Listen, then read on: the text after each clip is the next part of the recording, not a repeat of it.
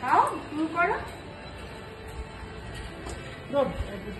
তুমি ডালটা খাবে না? ভাজা দিয়ে কি খাবে? খাবো খাবো, আরে সরাতে হবে তো। ভাজা করে দাও।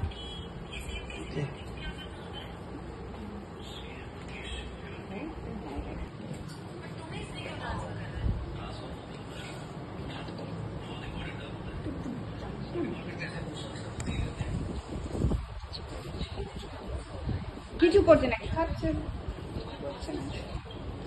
বসে গেছে। আমার ছেলের হাতে ছিল ক্যামেরা, আমি গুছিয়ে দিচ্ছিলাম, সে আর কোনো কথাও বলেনি, সে ধরতেও পারছে না, তাকে ক্যামেরাম্যান বানিয়ে দিই মাঝে মাঝে।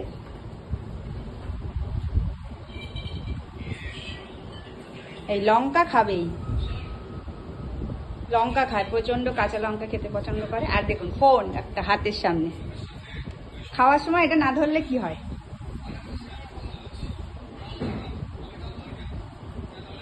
আর দইটা খুব ফেভারিট, আর কিছু খাবে কিনা জানি না। মা চলে গেল, মা ধরে দিল।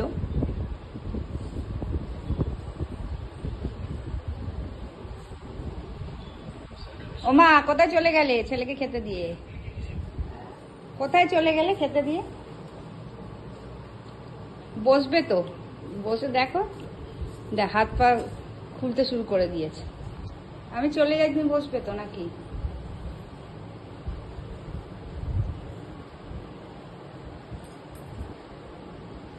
এবার তুলবে কোনগুলো কোনগুলো খাবে না, সাজিয়ে তো দিয়েছি।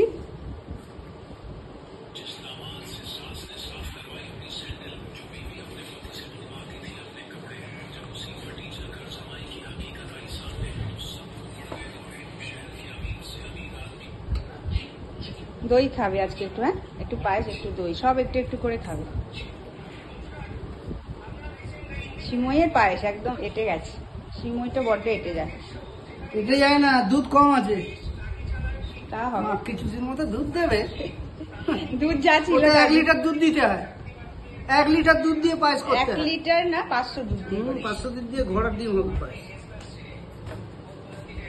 কি বলছে তোমার ছেলে? বলছে মাখি চুষের মতো পায়েস করেছে অল্প দুধ দিয়ে, দুধ যা ছিল সেটা দিয়ে করে রেখেছি কালকে।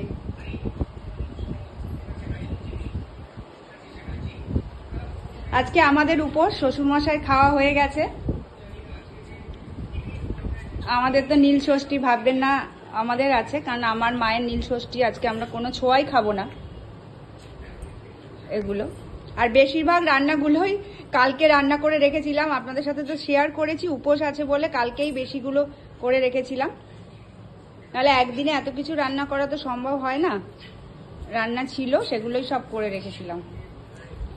যাকে সবাই একটু দীর্ঘায়ু কামনা করবেন, আমার হাজবেন্ডের যেন ভালো থাকে, সুস্থ থাকে, আনন্দে থাকে, ব্যাস ভগবানের কাছে এইটুখানি চাওয়া। সবাই মিলে একসাথে পরিবারের সাথে, সে তার মা বাবা সবাইকে নিয়ে যেন ভালো থাকতে পারে, ছেলে মেয়ে, অবশ্যই আমাকেও।